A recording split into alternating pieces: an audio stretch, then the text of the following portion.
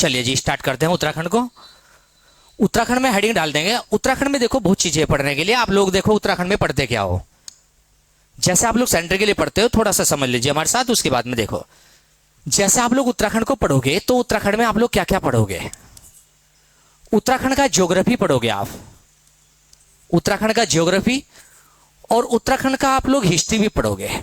उत्तराखंड का हिस्ट्री, उत्तराखंड का कल्चर पढ़ोगे आप लोग, संस्कृति मतलब कल्चर पढ़ोगे, उत्तराखंड का कल्चर पढ़ोगे। उत्तराखंड में आप लोग इको भी पढ़ोगे, उत्तराखंड का इकोनॉमिक्स, उत्तराखंड में इकोनॉमिक्स भी पढ़ोगे। 5th नंबर पर जब आप लोग देखोगे तो हम लोग देखेंगे उत्तराखंड का करंट भी पढ़ोगे, उत्तराखंड का करंट पढ़ेंगे हम लोग इससे। नेक्स्ट हम लोग देखें उत्तराखंड का विविध का टॉपिक भी आएगा आपके पास, जो मिसलिनियस के नाम से हम लोग जानेंगे उसे उत्तराखंड में जी। ये सारी बातें उत्तराखंड में पढ़ेंगे। आपके उत्तराखंड के ज्योग्राफी के पार्ट चले हुए हैं, उत्तराखंड के हिस्ट्री का पार्ट हम स्टार्ट करते हैं, दोनों पार्ट चल जाएंगे साथ साथ में। हम लोग उत्तराखंड के हिस्ट्री में स्टार्ट करते हैं। जब उत्तराखंड के हिस्ट्री को स्टार्ट करते हैं, उत्तराखंड का इतिहास, उत्तराखंड का जो हिस्ट्री पढ़ेंगे हम लोग, इस हिस्ट्री के 3 भाग पढ़ेंगे हम लोग। 3 भाग में कैसे पढ़ेंगे उत्तराखंड को, आवाज नहीं अभी। इसमें एक पढ़ेंगे प्राचीन उत्तराखंड का इतिहास, प्राचीन पढ़ेंगे इसका, फिर इसका मध्यकालीन पढ़ेंगे, मध्यकालीन पढ़ेंगे, और मध्यकालीन के साथ में इसका आधुनिक पढ़ेंगे, फिर इसका आधुनिक पढ़ेंगे हम लोग, जो उत्तराखंड का आधुनिक पढ़ेंगे। तो उत्तराखंड के इतिहास को 3 भाग में बांटकर पढ़ेंगे, जो उत्तराखंड का इतिहास होगा आपका। आज हम लोग जो उत्तराखंड के इतिहास में स्टार्ट करेंगे, प्राचीन से हट के मध्यकाल से स्टार्ट करेंगे। आज हम वो आधुनिक की ओर को, जहां से प्रश्न बनते हैं ठीक ठाक जी, वहां से स्टार्ट करेंगे। प्राचीन को जब स्टार्ट करेंगे तो फैक्चुअल डाटा ज्यादा है, तो स्टार्टिंग में हम लोग फैक्चुअल डाटा के साथ में आपके लेकर आएंगे। 2-4 दिन की 10 दिन की क्लास में समाप्त कर देंगे ये प्राचीन इतिहास उत्तराखंड का, क्योंकि ज्यादा मटेरियल उत्तराखंड के प्राचीन इतिहास में नहीं है। आज हमारा यहां से स्टार्ट होना और आधुनिक की ओर को इतिहास स्टार्ट रहेगा। जल्द से जल्द फिनिश भी होगा, चीजों को पढ़ेंगे, आनंद भी आएगा। सबसे पहले हम लोग जानेंगे आज जो उत्तराखंड का मध्यकालीन इतिहास। तो अब हेडिंग बना देंगे आप लोग जरा, उत्तराखंड का मध्यकालीन, मध्यकालीन इतिहास, उत्तराखंड का मध्यकालीन इतिहास। ठीक है, आइए उत्तराखंड का मध्यकालीन इतिहास को देखो जरा, जो उत्तराखंड का मध्यकालीन इतिहास है। इस मध्यकालीन इतिहास में जब हम लोग जानेंगे उत्तराखंड में, तो उत्तराखंड के मध्यकालीन इतिहास में क्या पढ़ोगे आप लोग। मध्यकालीन इतिहास को हम लोग 2 भागों में देखेंगे अपने उत्तराखंड के मध्यकालीन इतिहास को। एक भाग में हम लोग पढ़ेंगे चंदवंश, चंदवंश एक भाग में पढ़ेंगे चंदवंश। इसी के साथ में पढ़ेंगे पंवार वंश, पंवार वंश, पंवार वंश को परमार वंश भी कहेंगे। जैसे ही ये पंवार वंश और चंदवंश समाप्त होंगे तो यहां पर बाद में हम लोग मध्यकाल से आधुनिक की ओर को जब चलेंगे, कुछ पार्ट मध्यकाल में तो कुछ आधुनिक में जाएगा, वहां पढ़ेंगे गोरखा साम्राज्य, गोरखा साम्राज्य, गोरखा साम्राज्य हम लोग जानेंगे जरा, गोरखा साम्राज्य। तो हम लोग क्या स्टार्ट करने वाले हैं, उत्तराखंड का मध्यकालीन इतिहास। मध्यकालीन इतिहास में क्या पढ़ेंगे, चंदवंश पढ़ेंगे, परमार वंश पढ़ेंगे और गोरखा साम्राज्य पढ़ेंगे। ये बात हमें पढ़नी है। जब चंदवंश की बात करेंगे तो हम लोग देखेंगे उत्तराखंड के 2 मंडल है, कुमाऊं और एक गढ़वाल है। चंदवंश को आप लोग पढ़ोगे कुमाऊं में, हाँ जी, इसे पढ़ोगे आप लोग कुमाऊं में। और जो ये पंवार वंश है इसे पढ़ोगे आप लोग गढ़वाल में रहेंगे जी, गढ़वाल में।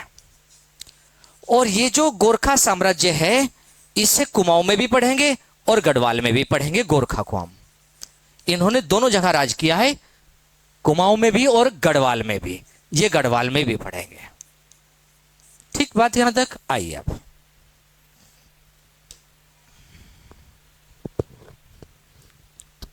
ठीक है, इसमें तो हम लोगों ने एक भूमिका तैयार की है कि हम पढ़ने क्या जा रहे हैं। हम लोगों ने उस बात को आपके सामने रखा।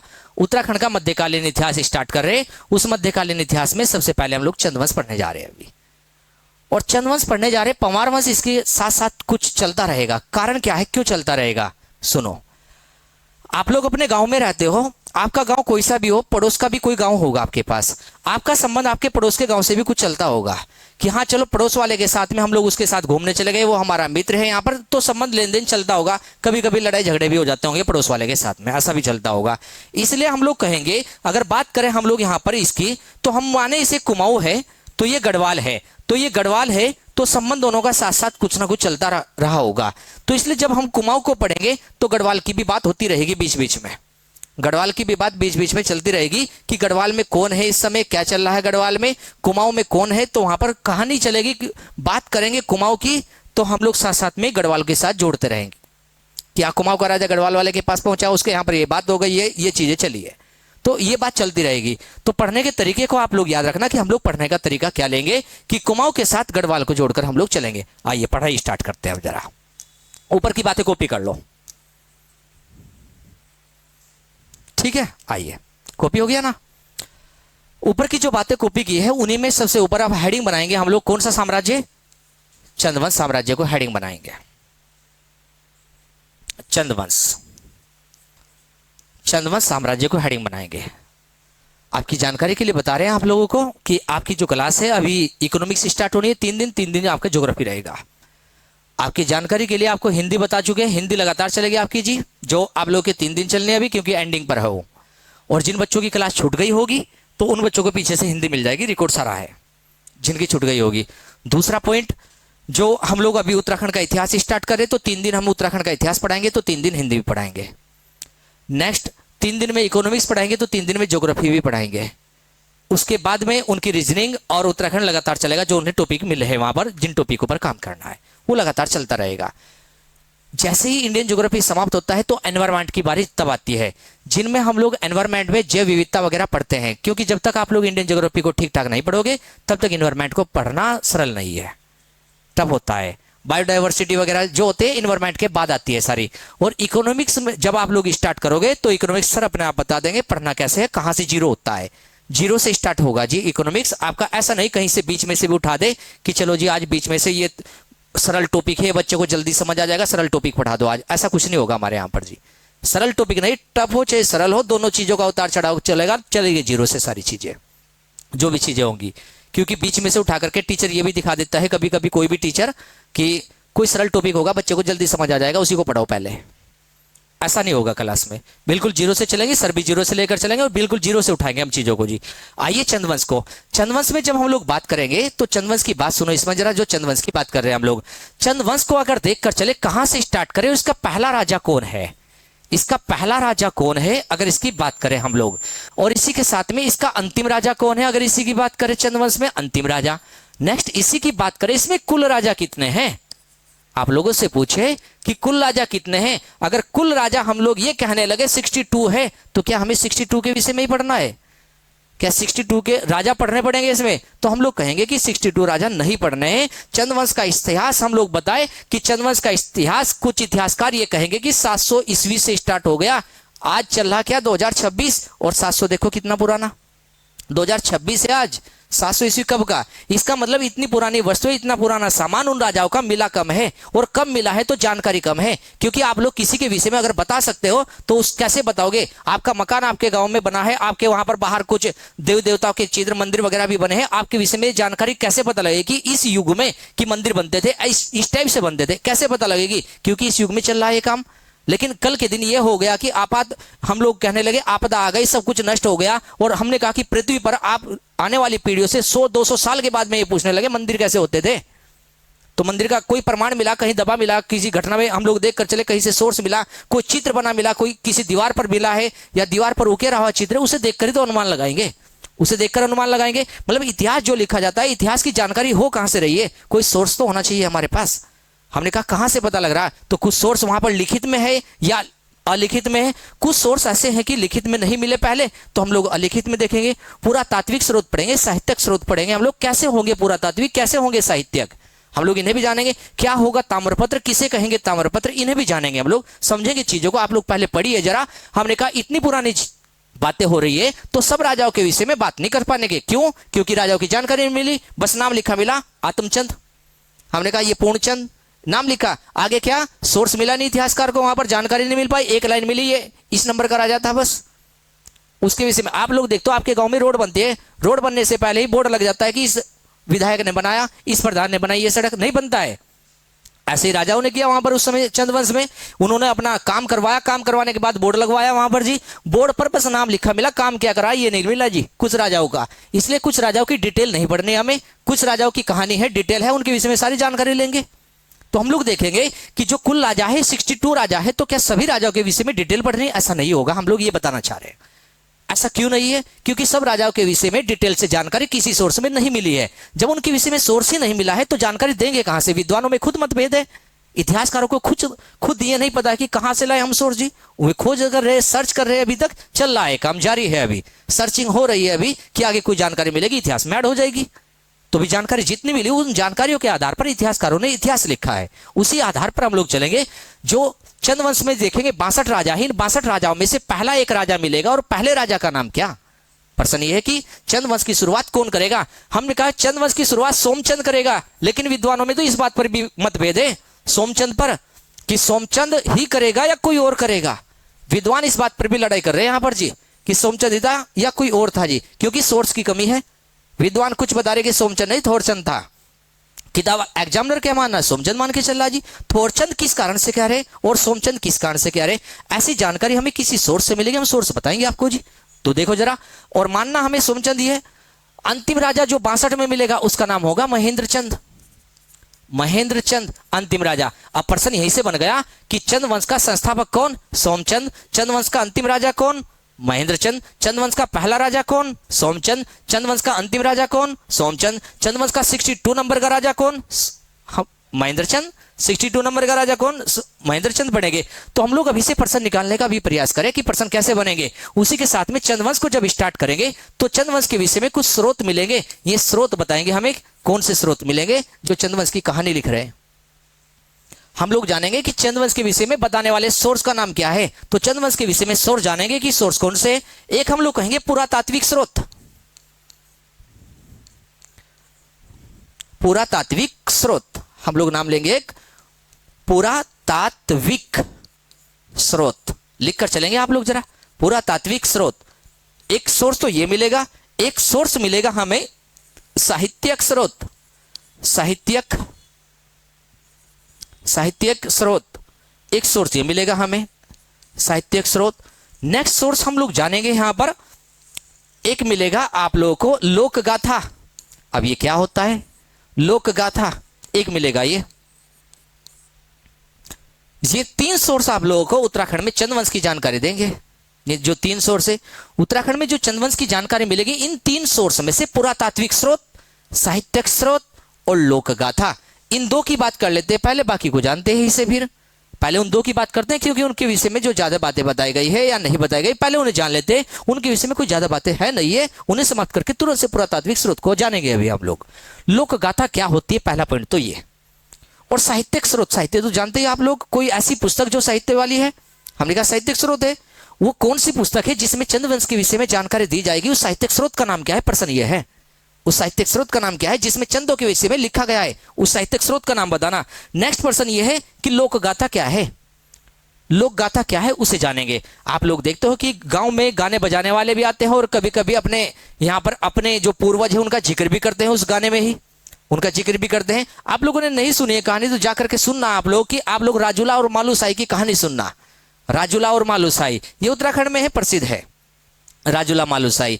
इसी के साथ में हम लोग देखें, जब उत्तराखंड के सोर्स को पढ़ोगे तो यहाँ पर लोकगाथा क्या, लोकगाथा हम लोग कहेंगे लोगों के द्वारा गाई गई गाथाएं, लोकगाथा क्या लाई। जैसे हमने कहा कि कोई गाने बजाने वाला आ रहा है, गांव गांव घूम रहा है और जो राजा रहे पहले उनका जिक्र अपनी कहानी में, अपने गाने में बता रहा है कि हाँ ये आप लोगों ने एक कहानी सुनी है हरिश्चंद्र वाली, उसके आधार पर तो रागनियां वगैरह भी बनी है, नहीं बनी है सत्यवान सावित्री के विषय में भी, सावित्री के विषय में भी नहीं बनी। आप लोगों ने नहीं सुने तो देख ला जरा सुन करके कि सावित्री के विषय में भी कहानियां है, सावित्री के विषय में बताया गया। महाभारत के भी विषय में, महाभारत के विषय में कहानी आप लोगों ने पढ़ी होगी। रामायण पर भी तो गाथाएं गाई जाती है, महाभारत पर भी गाथाएं गाई जाती है कि महाभारत में क्या क्या हुआ, रामायण पर भी गाई जाती है।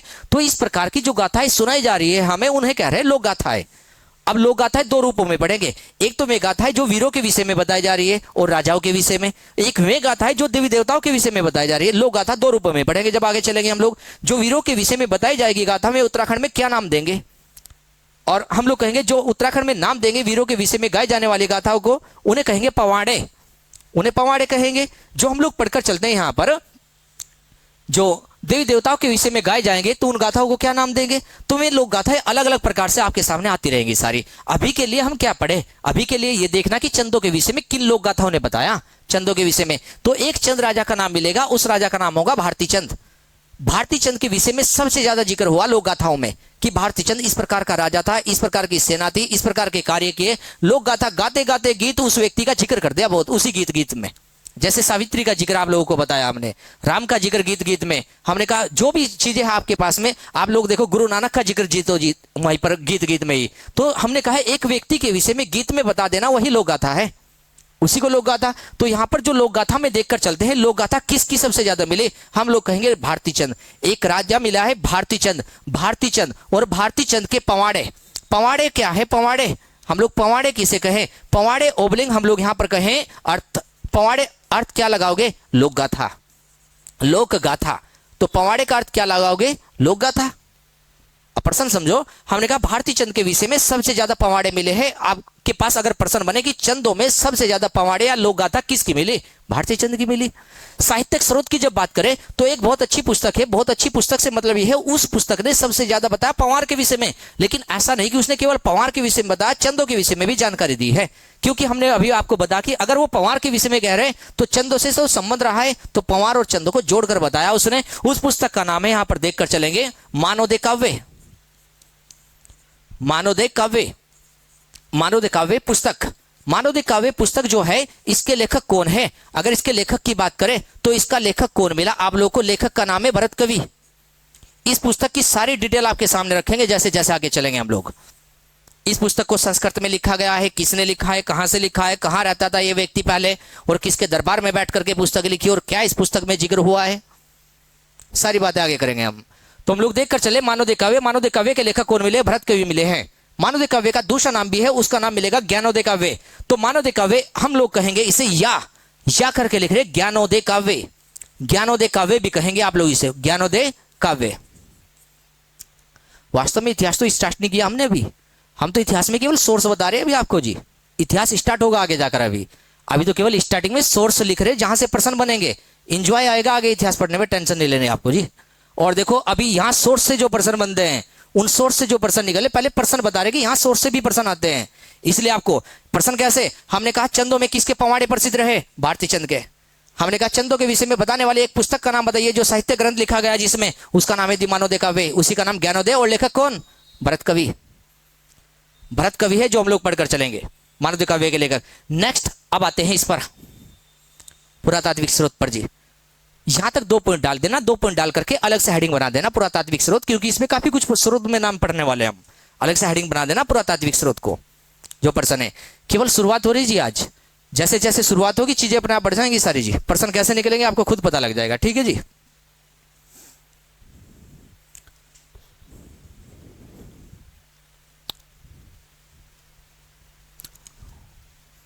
चले, कॉपी हो गया ना। अभी केवल आप लोगों को हम लोग पहले ही जिक्र कर चुके, अभी इतिहास स्टार्ट नहीं हुआ हमारा। अभी इतिहास लिखा कहां से है अभी तो वो जानने बस हम। इतिहास के विषय में जो इतिहास में बातें लिखी गई वे कहां से लेकर लिखी, अभी तो उन पर काम चल रहा है हमारा जी। और वहीं से प्रश्न बन रहे तो पहले उन्हीं प्रश्नों को निकाले कि प्रश्न वहां से उठ रहे तो उनमें क्या प्रश्न निकलेंगे, उन्हीं की जानकारी ले रहे। आइए, कॉपी हो गया ना यहां तक सभी का? ये छोटा तो नहीं है। अभी तक प्रश्न आप लोगों ने निकाले कि चंद वंश का संस्थापक किसे माने? सोमचंद। अंतिम राजा किसे माने? महेंद्र चंद। कुल राजा कितने पड़े? 62। कुल राजा कितने पड़े? 62। चंद्रवंश का संस्थापक कौन? सोमचंद। अंतिम राजा कौन? महेंद्र चंद। कुल राजा कितने पड़े? 62 राजा पड़ेंगे। इन्हीं में कौन सी पुस्तक है जो इनके विषय में बता रही? मानवदे काव्य। पुस्तक का नाम है मानवदे काव्य, और मानवदे काव्य के लेखक भरत कवि।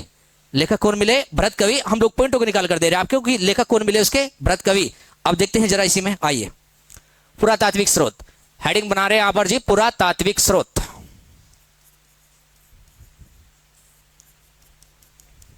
पुरातात्विक स्रोत, ठीक है यहां तक? आइए अब देखो पुरातात्विक स्रोत से अब तक पेपर में प्रश्न क्या है, उन प्रश्नों को भी सुनना कि प्रश्न में कैसे कैसे उठे हैं। एक पुरातात्विक स्रोत में एक जिक्र आपके सामने किया हमने ताम्रपत्र का। आइए पहले ताम्रपत्र को जान ले कि ताम्रपत्र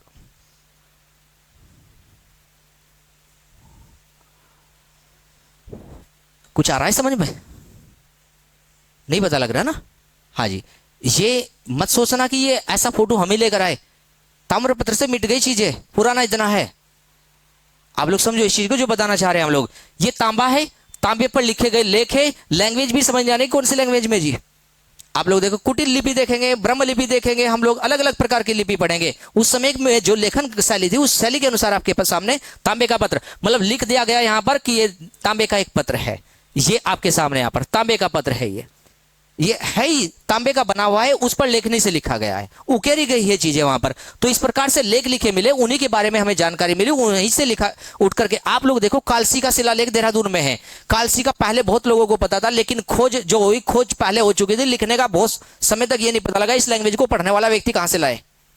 मतलब लैंग्वेज ही नहीं पढ़ी गई जिस भाषा में वो लिखा हुआ था, बाद में उसके पता लगा कि वहां पर उसे पढ़ा गया है कि इसमें लिखा गया है कि अशोक जो रहा है आपका, उसने यहाँ पर पशुओं का और जानवरों की जितने भी वहां उनका संकल्प लिया, उनके स्वास्थ्य की जानकारी दी है। उसमें कालसी शिलालेख में लिखा वहां पर जी, पशुओं की जानकारी दी है, उनके स्वास्थ्य की जानकारी दी है वहां पर जी। और उसने कहा कि यहाँ पर अहिंसा का पालन करने को कहा, हिंसा को त्यागने को कहा उसने। तो ये तांबे का पत्र आपके सामने इसीलिए लेकर आए, यहीं से चीजों का पता लगा कि हाँ, एक राजा के विषय में ये लिखा था, दूसरे राजा के विषय में दूसरे ताम्रपत्र में लिखा था, नेक्स्ट एक ताम्रपत्र और मिल गया, फिर उसके विषय में पता लग गया। तो ये तांबे के पत्र है जिन पर लेख लिखा गया। लेकिन प्रश्न हमारे लिए क्या, हमारे लिए प्रश्न ये कि कौन सी जगह से तांबे का पत्र मिला, उसका नाम वही ताम्रपत्र रख दिया, और उस ताम्रपत्र पर किस राजा का नाम लिखा मिला और किसकी जानकारी दे रहा है। प्रश्न हमारे लिए ये। हमने कहा कि यहां पर चंद्रवंश को पढ़ रहे, तो चंद्रवंश के विषय में इन लोगों ने टैक्स भी तो लगाए होंगे। टैक्स सरकार आज भी ले रही है, पहले भी लिया लोगों ने जी टैक्स, इन लोगों ने टैक्स भी लगाए होंगे। तो टैक्स की जानकारी चंदों की कौन से ताम्रपत्र से मिली, प्रश्न हमारा ये। हमें यह बताना कि वहां पर जो पढ़ते हैं इतनी सारी जानकारी, एक चंद राजा मिलेगा विजय चंद, विजय चंद की जानकारी हमें कौन से ताम्रपत्र से मिली, कहां से प्राप्त हुआ ताम्रपत्र, या विजय बम शासकों के विषय में कहां से मिली जानकारी, हमें यह बताना वहां पर। तो हम लोग यही बताना चाह रहे हैं कि कौन सा ताम्रपत्र है, कहां से प्राप्त हुआ और किस राजा की जानकारी देगा। प्रश्न ये बनाना जो हम प्रश्न बनाएंगे। आइए पढ़ना स्टार्ट करते हैं। पुरातात्विक स्रोत को हेडिंग बनाया है और सबसे पहले एक ताम्रपत्र का नाम हेडिंग डाल देंगे, मूनाकोट ताम्रपत्र। मूनाकोट ताम्रपत्र, मूनाकोट ताम्रपत्र को हेडिंग बना दे और ब्रैकेट में लिख दे पिथौरागढ़, ब्रैकेट में लिख देंगे उसके पिथौरागढ़। मूनाकोट ताम्रपत्र है और ब्रैकेट में लिख देंगे उसके पिथौरागढ़। आप लोग जरा हो गया यहां तक ये। मूनाकोट ताम्रपत्र से क्या पता लगेगा, हम लोग कहेंगे चंदों, चंदों के टैक्स की जानकारी, चंदों के टैक्स की जानकारी, चंदों के टैक्स की जानकारी हम लोग किससे पढ़ेंगे, मूनाकोट ताम्रपत्र से संबंध जोड़कर चलेंगे, कॉपी करके चलेंगे इसे ध्यान से। हो गया है। आइए दूसरा ताम्रपत्र, मूनाकोट ताम्रपत्र के साथ एक नाम और हेडिंग बना देंगे और उसका नाम है बास्ते ताम्रपत्र, बास्ते, बास्ते ताम्रपत्र हेडिंग बना देंगे। अब प्रश्न आपके पास क्या, मूनाकोट ताम्रपत्र कहां से मिला, पिथौरागढ़ से। मूनाकोट ताम्रपत्र में क्या दिखाया, चंदों का टैक्स कैसा कैसा लगता था, उसके विषय में यह दिखा। बास्ते ताम्रपत्र, बास्ते ताम्रपत्र, बास्ते ताम्रपत्र आप लोग जानोगे ये भी पिथौरागढ़ से मिला, इसके भी ब्रैकेट में पिथौरागढ़ लिखना। बास्ते ताम्रपत्र, इसके ब्रैकेट में भी पिथौरागढ़ लिखना है। बास्ते ताम्रपत्र ये क्या बता रहा है, अब सुनो ये क्या बता रहा है, ये बता रहा है यहां पर मांडलिक राजाओं की सूची दे रहा है। अब ये मांडलिक राजा क्या होते हैं, इसका मतलब क्या है यहां पर जी। तो पहले हम लोग पॉइंट को लिख ले, जो प्रश्न है पेपर के लिए पहले उसे लिख ले, उसके बाद में बताते हैं क्या है ये। हमने कहा मांडलिक, मांडलिक राजाओं की सूची, मांडलिक राजाओं की सूची, मांडलिक राजाओं की सूची दी गई है, मांडलिक राजाओं की सूची दी गई है। तो इस ताम्रपत्र में मांडलिक राजाओं की सूची दी गई है। अब मांडलिक राजा क्या होता है, अब मांडलिक राजा सुनो, हो गया।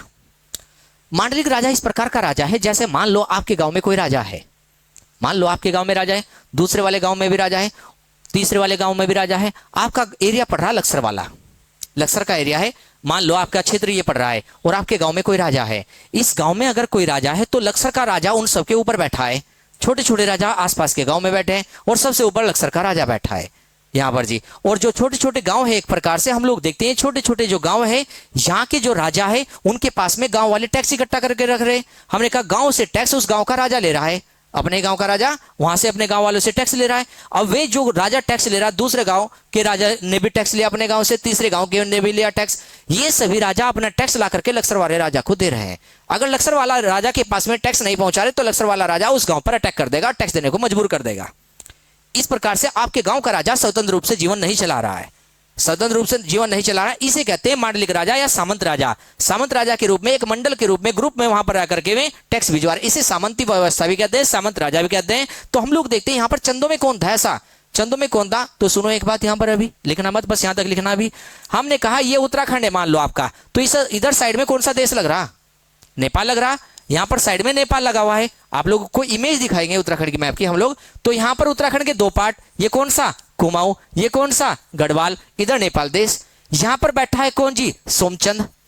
मान लो यहाँ पर बैठा है सोमचंद, एक चंद वंश का राजा, और यहाँ पर बैठा है जी जयदेवमल। जयदेवमल, कहानी आगे सुनेंगे जी, अभी कहानी नहीं बता रहे जी आपको, बस हम तो केवल मांडलिक राजा की परिभाषा बता रहे। मान लो यहाँ पर जयदेवमल बैठा है, तो नेपाल का राजा मजबूत है इस छोटे से राजा से। नेपाल का राजा मजबूत है, ये अपने यहां से टैक्स इकट्ठा करता है और नेपाल के राजा के पास टैक्स पहुंचाता है। तो इसलिए ये किसके अधीन काम कर रहा है? नेपाल के राजा के। तो ये राजा कहलाया मांडलिक, ये राजा कहलाया मांडलिक राजा, जो हम लोग कहेंगे एक सामंत है एक प्रकार से, जो टैक्स वहां भिजवा रहा है, स्वतंत्र नहीं।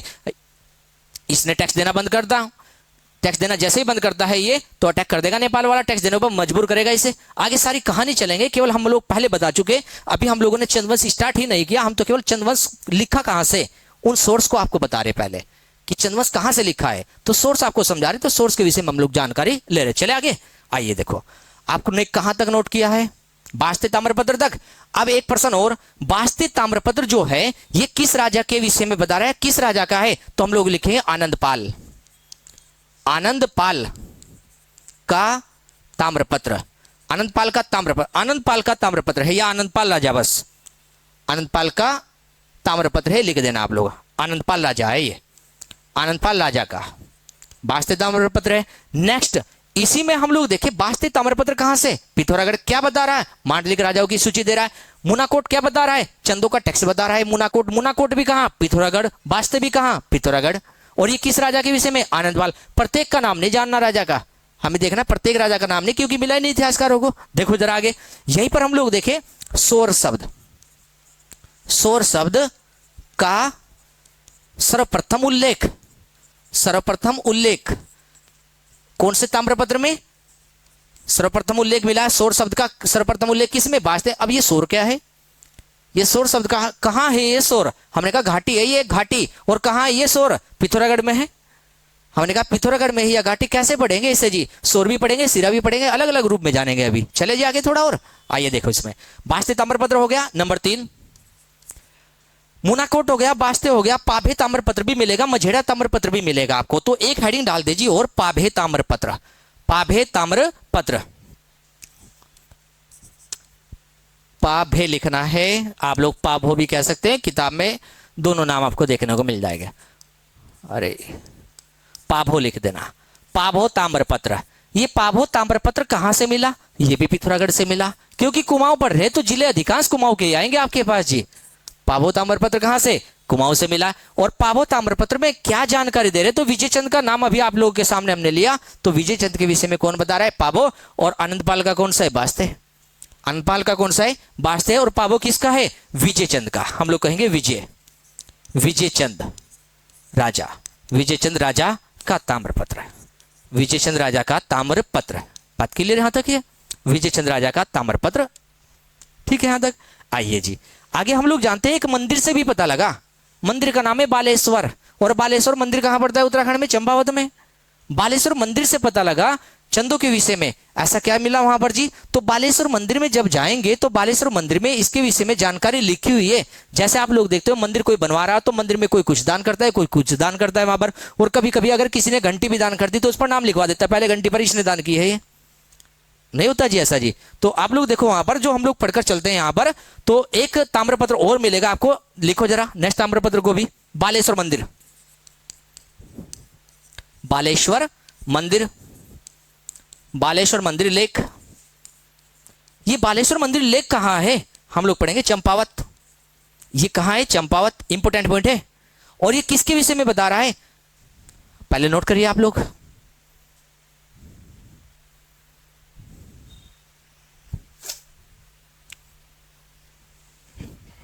हो गया यहां तक? देखो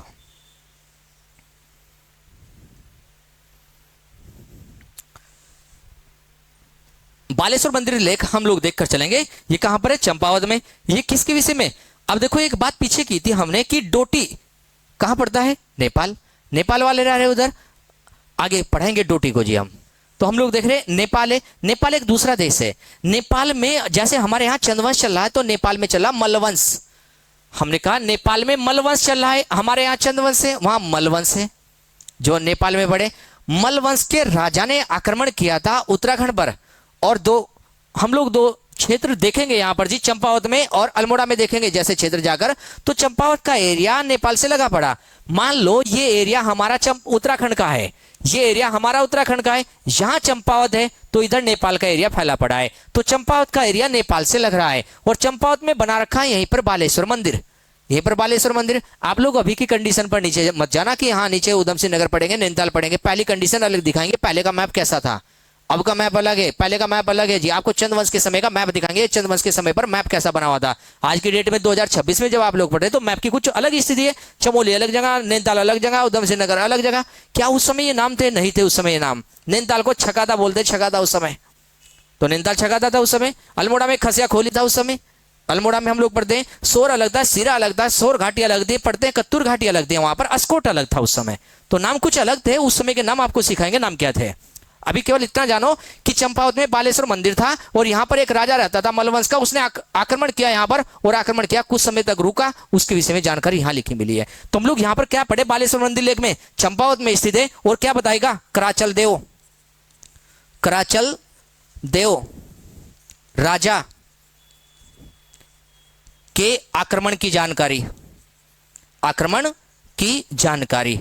तो यह बताएगा कि कराचल देव ने आक्रमण किया था उत्तराखंड में।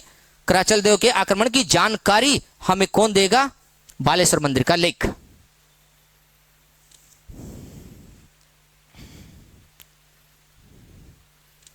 हो गया? चलो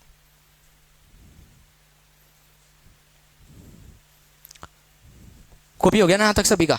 एक दो नाम और है, सोर्स खत्म हो जाएंगे, नया राजा स्टार्ट हो जाएगा। फिर अभी तक राजा स्टार्ट नहीं किया क्योंकि सोर्स पढ़ रहे हैं हम लोग। अभी नाम लिख दे और भी समाप्त कर दे टॉपिक को। इसे कॉपी हो गया ना सभी का? नोट करिए, किसी का छूटे ना। लिखो जी नाम। मझेड़ा, नंबर क्या है जी? 4 हो गया ना, 5 है, नंबर है जी 5। मझेड़ा ताम्रपत्र, मझेड़ा ताम्रपत्र नाम लिखकर चले। मझेड़ा ताम्रपत्र। नेक्स्ट नंबर पर 6 नंबर सेरा, खड़ा, कोट, ताम्रपत्र। मुश्किल है नाम याद करने आपको, लेकिन आसान बना देंगे जी हम। आप लोग की अभी स्टार्टिंग हुई है इस चीज में, आसान बना देंगे, आप लोग चिंता मत करना। दोनों पिथौरागढ़ में है। सेरा, खड़, कोट, ताम्रपत्र पिथौरागढ़ में, मझेड़ा भी ताम्रपत्र पिथौरागढ़ में है जी। और दोनों किसके विषय में बता रहे? चंदों के विषय में जानकारी।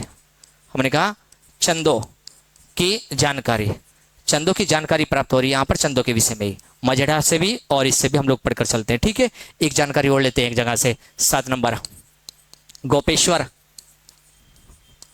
गोपेश्वर त्रिशूल लेख, गोपेश्वर त्रिशूल लेख, गोपेश्वर त्रिशूल लेख। ये कहाँ है? चमोली। ये कहाँ है? चमोली। गोपेश्वर त्रिशूल लेख, ये भी चंदों की जानकारी दे रहा है। हमने कहा गोपेश्वर त्रिशूल लेख भी चंदों की जानकारी, चंदों की जानकारी। गोपेश्वर त्रिशूल लेख भी चंदों की जानकारी, ठीक है। याद तक बात?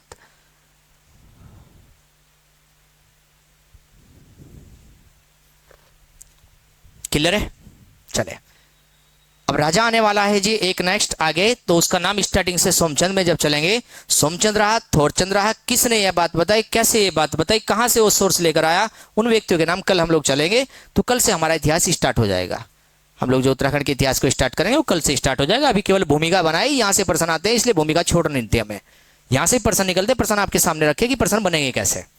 आप लोग को भी करना, क्लास लेना जी इसकी।